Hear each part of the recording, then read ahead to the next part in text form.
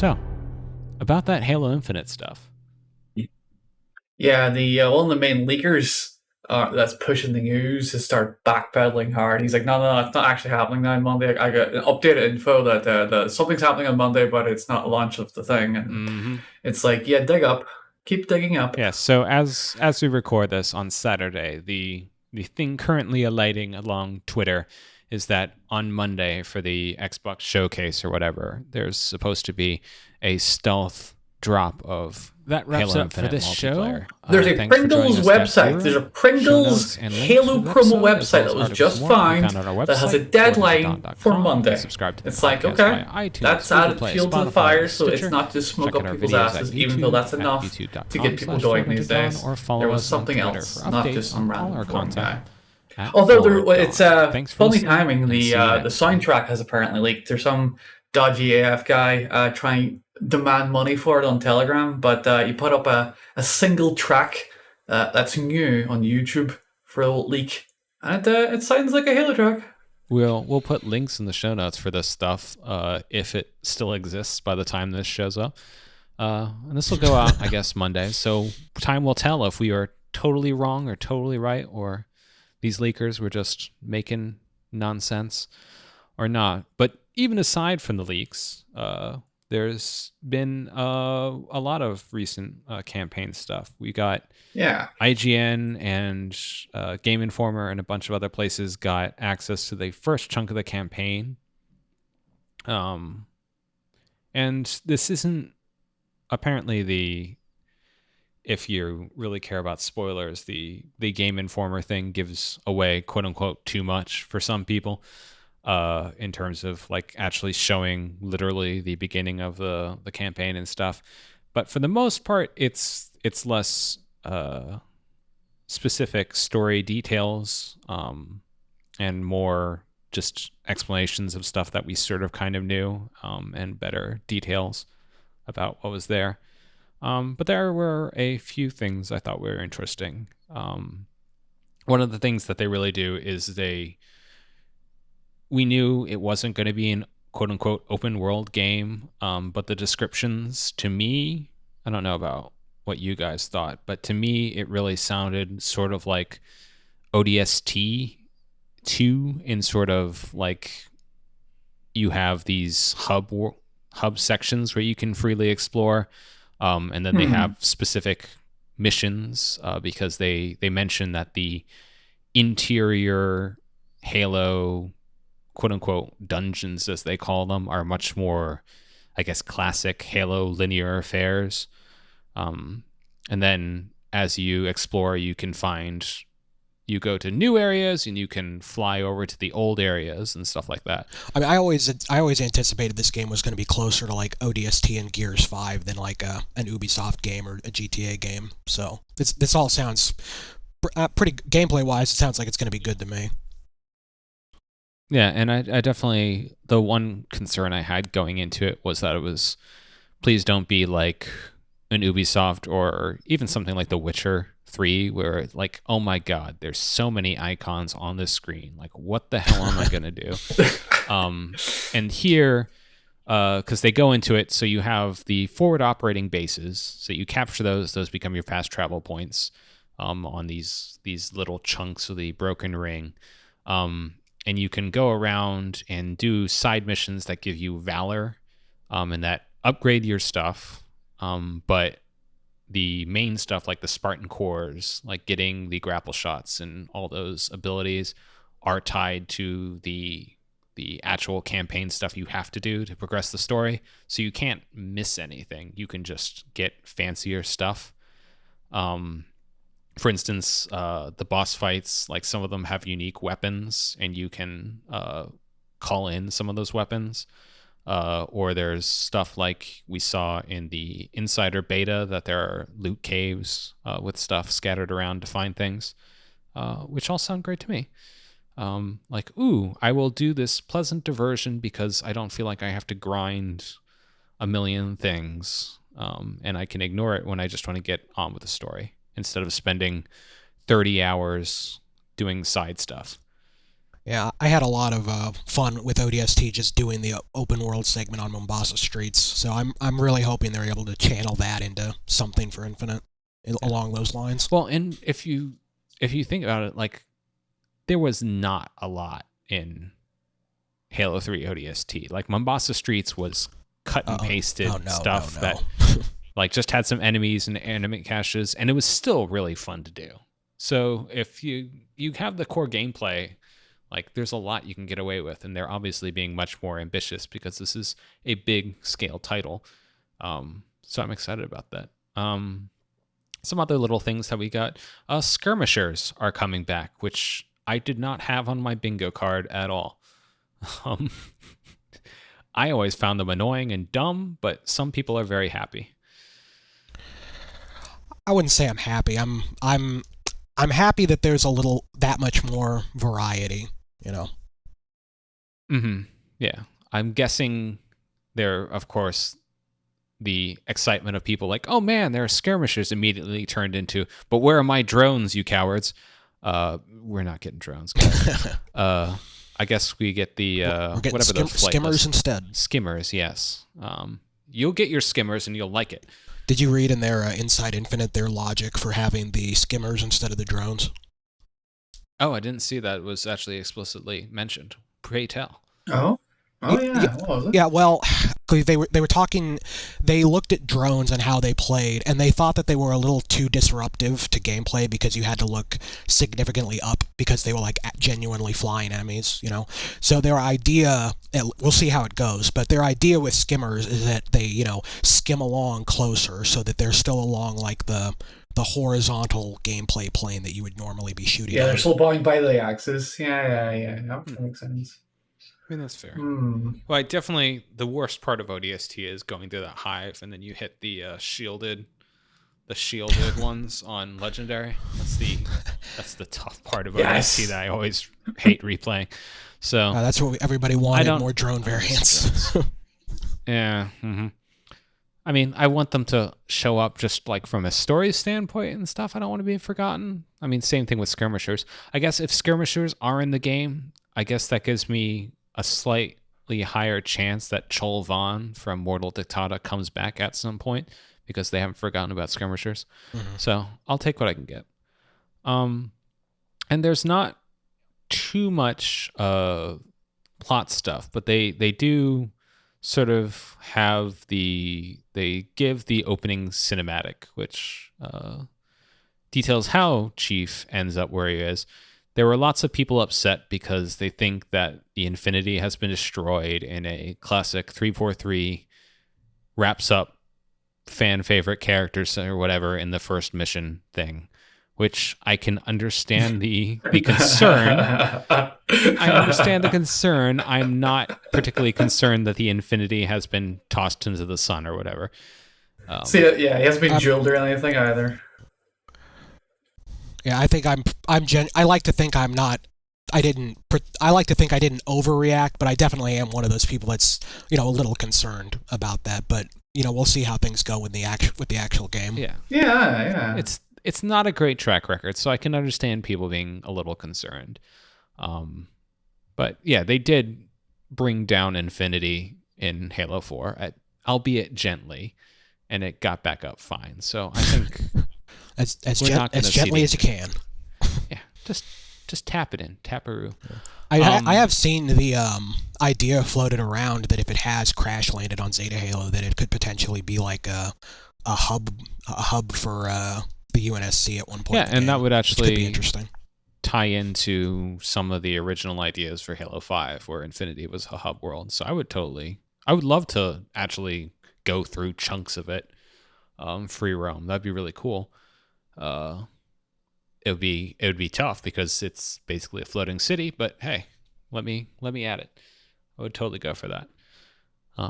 Also, this is the 10-year plan or whatever. Who knows what DLC stuff we'll get in the future. So I understand the concern, but for now, I think it doesn't make sense to freak out yet. But we do basically get the confirmation, which we already sort of knew from the scenes we've seen, that once Chief wakes up, he jumps into a brute ship, and it's the classic Halo 1, Halo 4 style. You start with a tight ship-based combat, and then you transition to your giant, wide-open world after you've learned the sandbox, which is totally fine. It's, once again, not an original plan, but we know it works.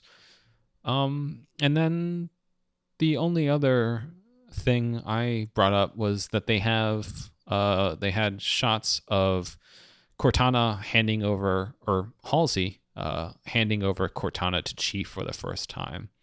And I was complaining in our Slack about Dani that they keep on 343's big problem with me with Cortana is they keep on forgetting that she's a computer. And so she's got the coloring. She's back to being purple, and she's very much closer to her combat evolved look, but she's not transparent. And Halo 1's Cortana was mostly not there as much as she was. So it's not entirely, I'm not sold on the look of it. But yeah, the look of both her and Halsey seemed a little weird in that scene to me. Yeah, I think it's just ever since they took over and after they had their thing with Halo 4, Kenneth Scott, Cortana, they've been trying to walk back how naked she is, and I respect that. I like how in Halo 5 they went the complete polar opposite. They overdressed her. Yeah. You know what I mean? It was like, that's just completely going the opposite direction. That'll make them happy, right? But this scene, the only other interesting or thing to note about the scene, besides me kvetching about minor visual details, although it's interesting that they are... That's what. Hey, if we don't complain about small stuff, we're not Halo fans. That includes me. True, but it's also it's interesting that going back to our coloring is actually useful in this game because they are having the weapon be blue in her little UNSC jumpsuit thing. So it definitely helps clarify. We're obviously going to see them I definitely, and they do not want people to be confused about who is who. I do like the visual contrast that we saw in the campaign trailer a few weeks ago, showing the purple Cortana. I do like the color palette difference between her and the weapon. Mm-hmm. And, yes, they definitely I mean, we kind of already knew it from the weapon and just her much more sunshiny naivete, but the details given in the IGN and stories basically make it sound like, yeah, they did not inform her about diddly squat. She was really only given to this minor mission and now did not really come with parameters after that. So she's going to be hopefully the audience surrogate learning about stuff as we go. Awfully convenient, doesn't it? Mm-hmm. They have an audience surrogate in the main thrust of the action. Yeah, that's how you need it. No, it's really funny that, like, for years a lot of Halo fans have speculated on, like, if like what Cortana said in Halo 4 was going to come to pass about, like, the Master Chief getting a new Cortana model, and now we are. But, like, for years I always assumed that, like, the personality difference was that the new AI would be, like, colder and less human than Cortana was, and it seems like they kind of went the opposite way with the weapon to make her, like, more naive and more human than Cortana was. Mm-hmm. Less quippy and filling a different role. And the meeting of Chief and Cortana, I mean, I hope it's just sort of being impressionistic, because once again, I'm sad if they overwrite Nyland's contributions. None of the dialogue is at anything like what Halsey says in The Fall of Reach when he hands over Cortana. So yeah, that was a little annoying to me personally. Some people have pointed out that the dialogue is somewhat similar to what her dialogue was in the Fall of Reach comics, actually. All right, well, I try and forget about the Fall of Reach comics, but not as much as I want to forget about the Fall of Reach video, but Yeah, the animation? Yeah. Yeah, but we don't need to talk about that if you don't want to. Yeah, so anything else on these campaign previews you want to touch on? Well, like I said, I've had my concerns with how 343 was gonna continue past Halo 5, given the Halo 5's obvious near universal negative reception. I was a little afraid they would. I knew they were gonna have to pivot away from some of their story decisions for regarding the created and stuff. And they should a little, but I'm hoping they pivot away the right way. I don't know if the switching gears to the Banished and stuff like that is going to gel when you look at the series as a whole, but I like the Banished. I like some of the ideas they're doing. I have my concerns about others. I guess we'll just have to see when the game actually comes out, but I'm fairly optimistic. See, I'm worried that the average casual Halo player that doesn't have the nuance of our incredibly long years of paying attention to this stuff will appreciate all these proper nouns fighting proper nouns, and oh my god, another proper noun. It's a mess. Honestly, I think it's a mess for a casual player. Well, that's one of the interesting things that got brought up was I think IGN's reviewer, she specifically thought that she didn't think the game would be that accessible for new players, which is always an interesting, tough thing for people like us to talk about, even games journalists. We're people who care about games and focus on it. I personally feel like so-and-so is going to get this game and they know they are Cyborg Master Chief John Halo and the suit jacks him off and I'm here to shoot aliens and they're going to shoot aliens. Yeah, so I feel like that level of, they won't care about the story or understand the story, but I also don't necessarily think that's an obstacle. Especially now that they've made the campaign is paid and the multiplayer isn't, so you aren't going to even have those people dropping in necessarily. I do want to point out on our Halo story, on our FAQ, our FAQ, the first question is clarifying whether or not the suit jacks Master Chief off. Yeah, people ask it. It's amazing what one tweet and a fake book thing can do. Yeah, one rumor. Yeah. But yeah, I definitely considering that I think overall, even if you agree or disagree with some of the pivots, I think 343's overarching issue as a development studio has been that they are so reactive to negative feedback that they react too much and end up sort of bothering or pissing off everyone because they move away from the stuff that some people liked and few people didn't. And so I definitely appreciate, with the other stuff, being concerned about that.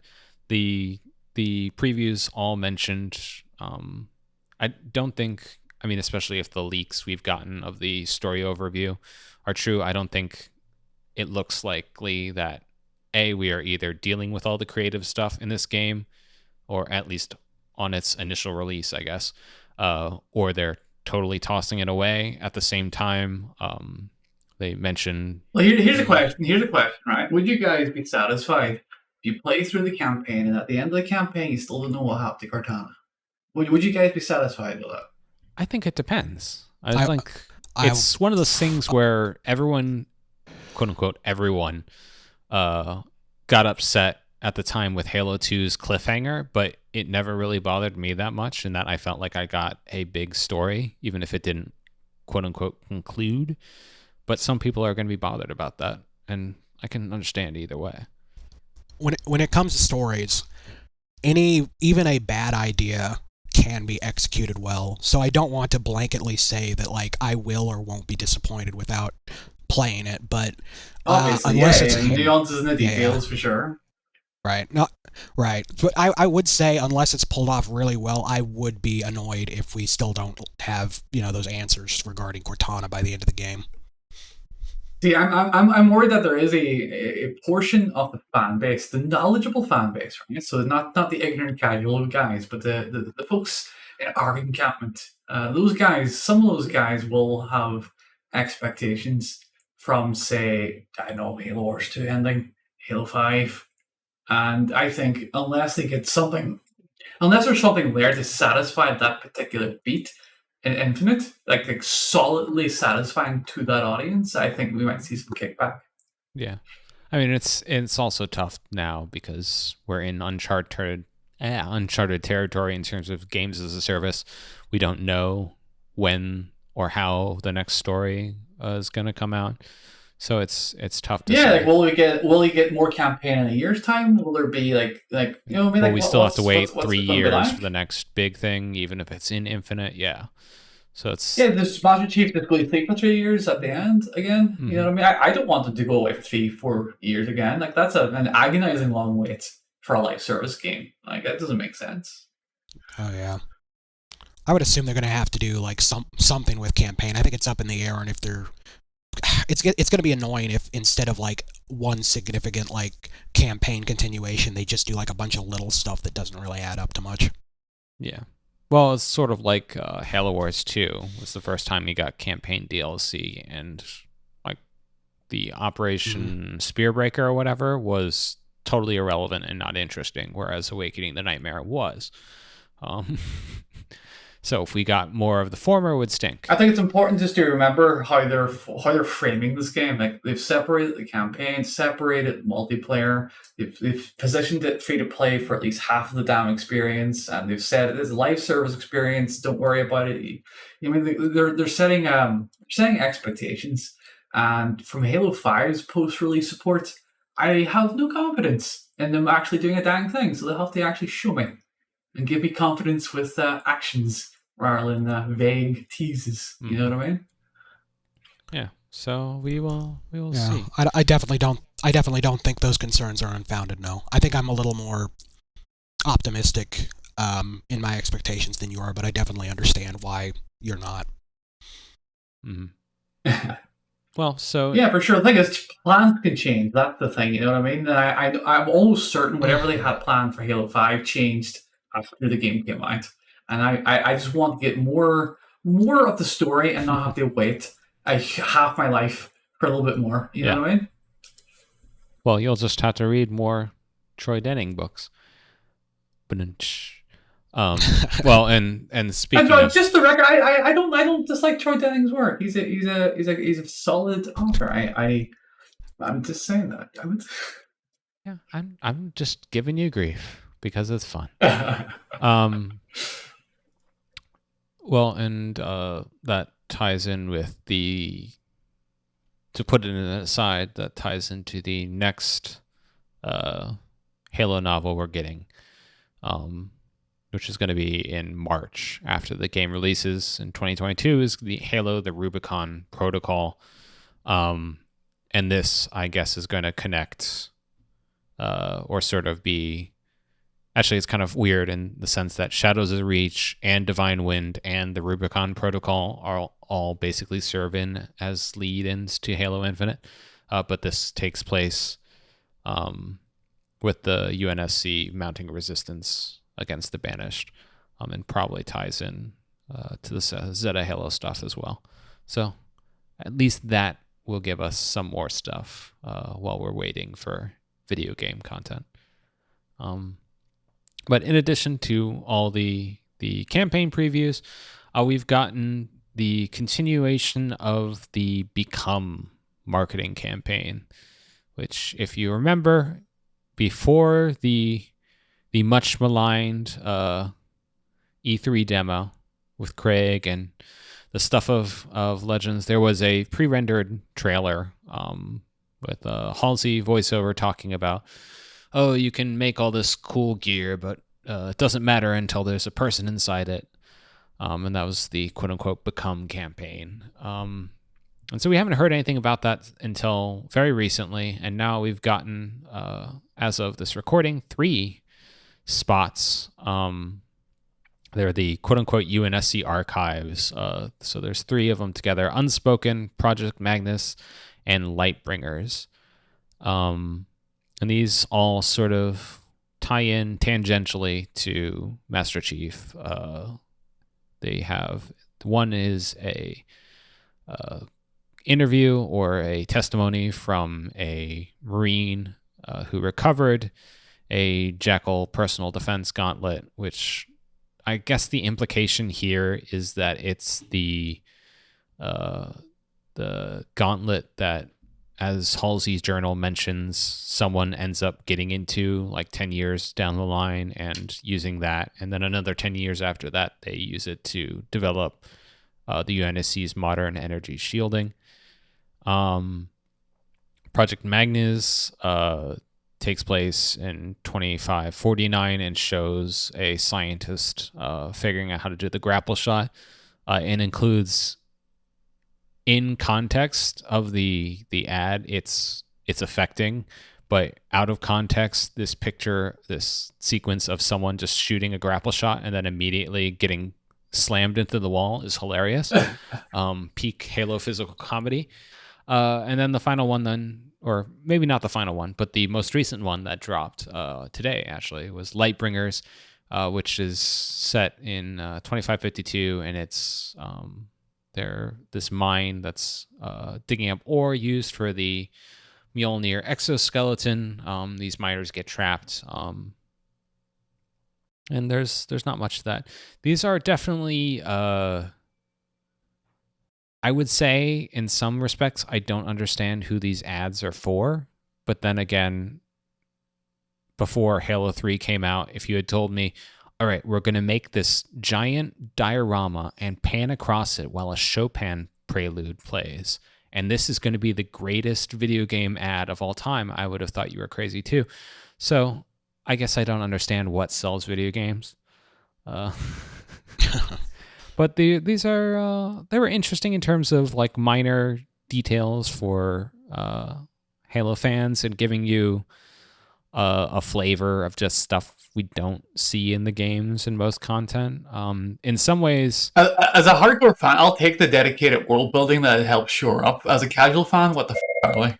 Yeah, I don't think. I mean, I don't think casual fans are going to find this or care. It's once again like, all right, this is whatever. There's no explodey stuff, so I'm not paying attention to it. In a lot of ways, they remind me of the Remember Reach ads. Lots of people were comparing it to the Believe ads, where they have the soldiers talking in the Museum of Humanity. I think these remind me more of the Remember Reach ones, which everyone remembers the explodey ones with the Spartans blowing up the ship, but there were actually a bunch of smaller vignettes that tied in with that just showed like regular people on Reach doing stuff. I don't know. I think they're interesting, but yeah, this is really just sort of like, I don't know, show a director, give you 3 minutes to make people tear up because of stuff in the Halo universe, and no one else is going to understand what the hell is going on. That's fine. Yeah. That's why you've got the whatever's coming out on Monday as the stuff that regular people will probably care about. You were talking about not knowing how many there were going to be. I think it's been stated somewhere that there are only going to be these 3. Okay. I don't think I saw them mention that in the Halopedia service, so don't take my word on that if they just pulled it if from it's somewhere. Halopedia, it must be true. Yeah, I mean, well, it's amazing. It feels weird that we've gotten all this new stuff. Like, oh wow, it's just been like 3 weeks since the campaign overview, and we're getting new stuff. But also, the game is coming out in a month, less than a month. So it is kind of do or die time now. And who knows how much of this they've banked from last year too. Yeah. Well, I presume like if they had all these, because it's the same agency who did the Become stuff for E3. Presumably that was all shot in the can. Maybe they changed it up. I mean, with COVID filming and stuff, maybe they had to adjust things. It's convenient that aside from the last one, they're basically just single people in rooms doing stuff. That's a good point. That might explain why there isn't the more bombastic live action ad this time. But yeah, we're running down to the wire, and whether or not they banked it or not, we're getting into the final marketing push. Yeah, it's exciting. Wow, a new Halo game's coming out. How crazy is that? It's been 6 long years. It's like forever. Well, speaking of like plot threads waiting for 10 years, like we've been waiting for a game, more of that chunk. I'm like, wow. I have my own concerns for the game, just hardware-wise, but in terms of everything else, I think they're hitting the right notes.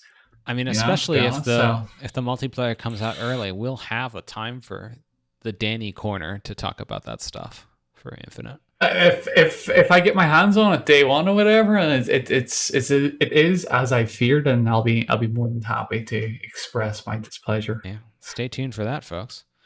Anything else, Steph, before we go? Overall, I'm looking forward to it. I'll have some concerns. We'll see if those are justified or not. But I'm just glad to see Halo's story moving forward one way or the other after 6 years. Hell yeah. Amen. That wraps it up for this show. Thanks for joining us, Defguru. Show notes and link to the episode, as well as articles and more, can be found on our website, forwarduntodon.com. You can subscribe to the podcast via iTunes, Google Play, Spotify, or Stitcher. Check out our videos at YouTube at youtube.com/forwarduntodon, or follow us on Twitter for updates on all our content at ForwardDon. Thanks for listening, and see you next time.